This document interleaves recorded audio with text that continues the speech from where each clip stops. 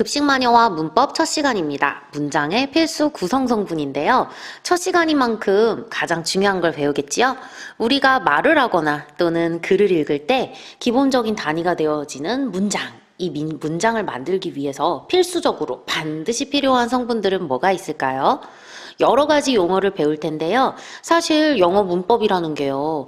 용어를 내가 얼마나 잘 이해하고 있고 소화하고 있고 그 뜻을 파악하고 있느냐, 이것이 관건이거든요. 그래서 하나하나 우리가 문법 용어들을 살펴보면서 영문법 공부를 위한 기초를 다져보도록 하겠습니다. 1번, 언어를 배운다는 것? 선생님 갑자기 영문법 가르쳐준다면서 언어를 왜 얘기하는 거예요? 여러분 생각해 보세요. 영어도 언어이지요? 그러면 언어를 배운다는 게 과연 뭘 배우는 건지 감은 잡아야 될 거 아니에요. 언어를 배운다는 것은 두 가지를 배우는 것입니다. 자, 선생님이 여러분에게 이렇게 한번 질문을 해볼게요. 나는 학교에 간다 라고 할 때 나, 학교, 가다 라는 요 세 가지 단어에 해당되는 영단어를 떠올릴 수 있겠어요? 나는 영어로 뭐죠? 맞아요. I죠. 학교는 영어로 뭐예요? school. 가다는요? go. 아, 진짜 선생님 이렇게 기초적인 거 나한테 물어볼 거예요? 아, 잠깐만. 지금 선생님이 하고 싶은 말이 있단 말이야. 자, 언어를 배운다는 건요. 요렇게 내가 알고 있는, 모국어로 내가 알고 있는 말을 다른 나라, 다른 민족이 쓰는 언어로 바꿀 수 있는지잖아요. 그러면 우리는 단어를 하나하나 알아야겠죠? 내가 하고자 하는 말에 상응하는, 대응하는 단어 하나하나를 알고 있어야 돼요. 그래서 언어를 배운다는 것은요, 어휘를 배우는 것입니다. 하나 우리가 캐치했죠? 그런데 또 하나, 언어를 배운다는 건 이 어휘를 땡땡하는 걸 배우는 거예요. 선생님이 예시를 들어볼게요. 나는 학교에 가다라고 했는데 나는 아이였고 학교는 스쿨이고 가다는 고니까 그러면 선생님 I school go 라고 하면 그러면 나는 학교에 가다라는 영어가 되겠지요? 맞습니까?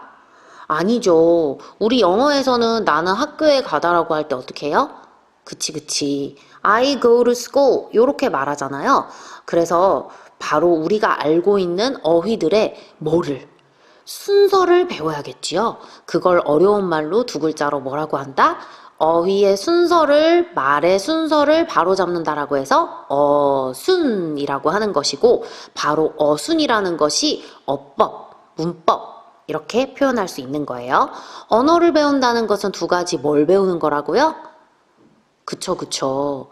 어휘, 그 나라 말의 어휘와 그리고 그 어휘를 올바른 순서로 배치하는 법, 어순 또는 어법을 배우는 것입니다. 자, 그러면 앞으로 내가 프랑스어를 배운다 하면 뭘 배우는 거예요? 프랑스 말로 된 어휘, 프랑스에서 사용되는 어휘, 그리고 프랑스 사람들이 사용하는 어순, 어법을 배우는 게 바로 언어를 배우는 거예요.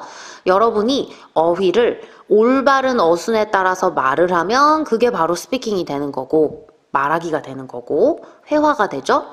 내가 어휘를 올바른 순서대로 글로 쓰면 영장문이 되는 거겠죠. 우리는 지금 영어를 배우고 있으니까요.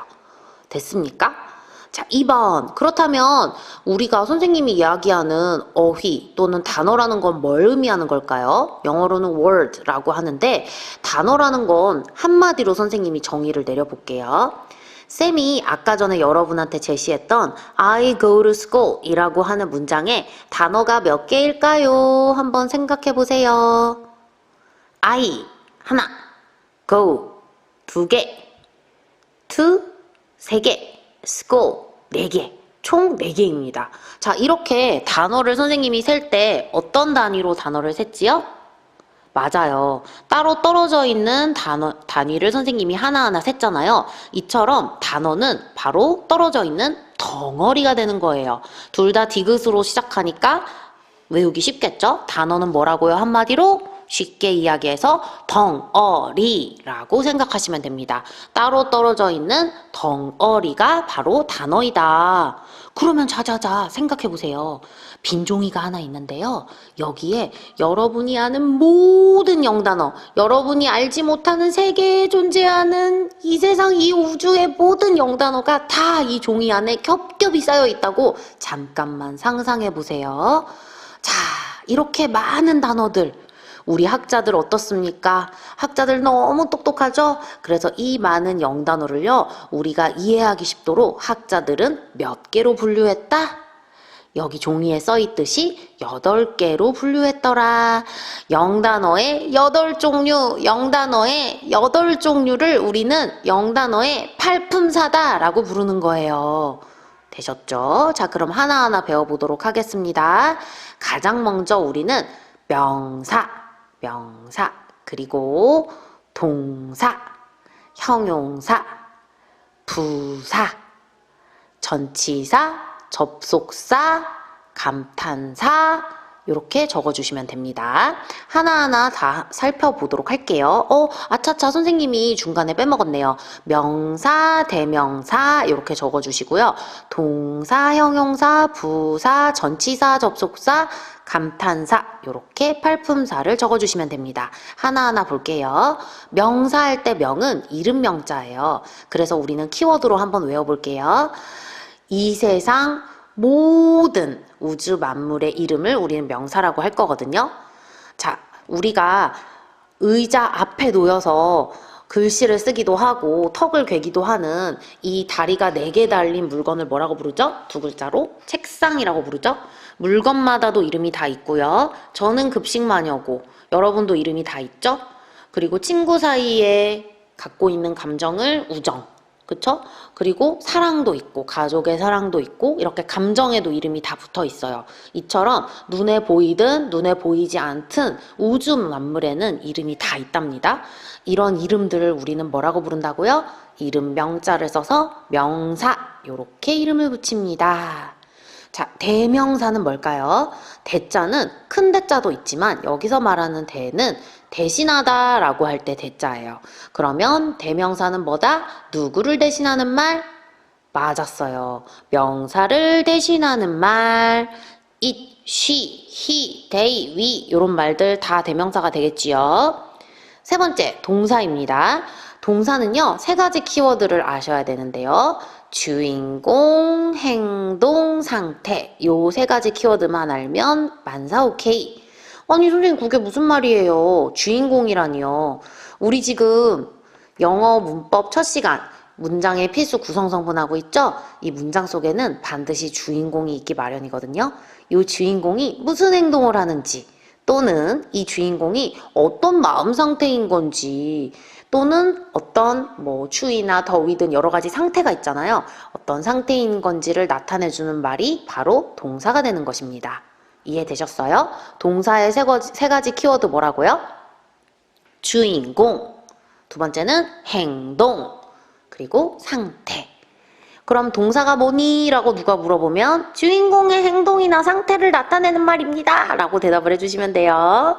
자, 다음으로 배워볼 형용사나 부사는요, 꾸며주는 말이에요. 그런데 이 형용사가 꾸며주는 대상, 부사가 꾸며주는 대상이 서로 다르답니다. 하나하나 짚어볼게요.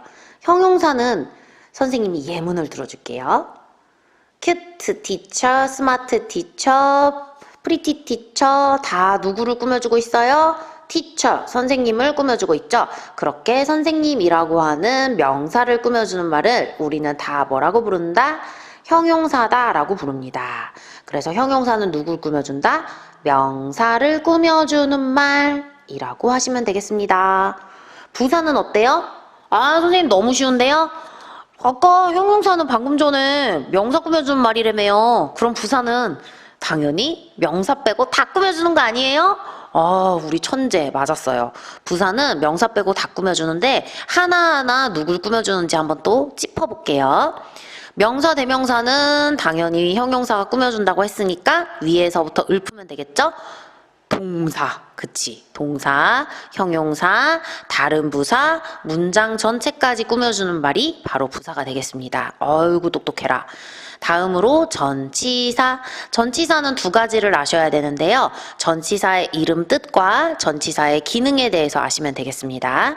전치사 할 때 전은 앞전자고요. 치는 위치하다라고 할 때 쓰는 말이거든요. 그래서 전치사는 앞에 위치하는 말이라는 뜻이에요. 여러분 아까 전에 우리가 처음으로 배웠던 I go to school 이라는 말 기억하시나요? 요 문장 속에서 선생님이 언급은 하지 않고 그냥 구렁이 담 넘어가듯 지나갔지만 사실 I go school 사이에 뭐가 들어갔어요? to라고 하는 말이 들어갔지요.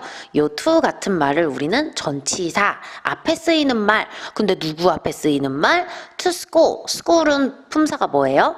school은 명사지요. 학교라고 하는 명사입니다. 명사 앞에 쓰는 말. 이것이 바로 전치사의 이름 뜻풀이에요. 그러면 이때 to는 어떤 기능, 어떤 역할을 하지요? 좀 선생님 애매한데요? to라고 하는 게요, 어디 어디에 가다라고 할 때처럼 어디 어디에라는 뜻도 있지만요. 그거 말고도 뜻이 되게 다양한 것 같은데, 예를 들면 선생님, in이나 on이나 at이나 이런 것들도 장소를 나타내기도 하지만 시간을 나타내기도 하잖아요. 너무 어려워요. 맞아요. 사실 어렵다고 느끼는 여러분 생각이 너무나도 맞는 게 이 전치사의 기능은 딱 한 가지로 정해져 있지 않고 여러 가지 기능을 하는 말이에요. 정말 난데없죠? 네, 어떤 방법이나 수단을 나타내기도 하고요. 시간이나 장소를 나타내기도 하는 등 굉장히 다양한 기능을 지니고 있습니다. 그래서 여러분이 전치사가 무엇이냐라고 누가 물으면 이름 뜻풀이 한번 해주시고요. 또 멋있게 기능 뜻풀이도 한번 해주시면 됩니다. 정리해서 전치사는 누구 앞에 쓰여서? 명사 앞에 쓰여서 어떤 기능? 여러 가지 기능을 하는 말이다 라고 보시면 됩니다. 접속사는 진짜 쉬워요. 접속사는요, 한마디로 딱풀입니다. 딱풀, 딱풀. 단어나 단어, 구나 구 나중에 배울 거예요. 문장이나 문장 속에 있는 절이나 절을 연결해주는, 다 너무 어려운 말이지만 결국에 붙여주는 역할을 한다라고 보시면 됩니다. 그래서 딱풀이라고 하고 일단은 넘어갈게요. 자, 다음으로 우리는 뭘 또 살펴볼 거예요? 감탄사. OMG라고 적어주세요. Oh my gosh. 그쵸? OMG. 너무 놀란 것들 있죠? 와우, 이런 말들. 그런 것들을 우리가 감탄한다, 감탄사다 라고 하면 되겠습니다. 팔품사 정리해 볼까요? 0단어에 8종류 뭐뭐뭐 있다고요? 한번 보지 말고 스스로 한번 읊어보세요. 명사, 대명사, 동사, 형용사, 부사. 근데 그 중에서 형용사랑 부사는 꾸며주는 역할이고 전치사, 접속사, 감탄사까지 있다라고 외우시면 되겠습니다. 오늘 여러분 너무너무 수고 많으셨어요.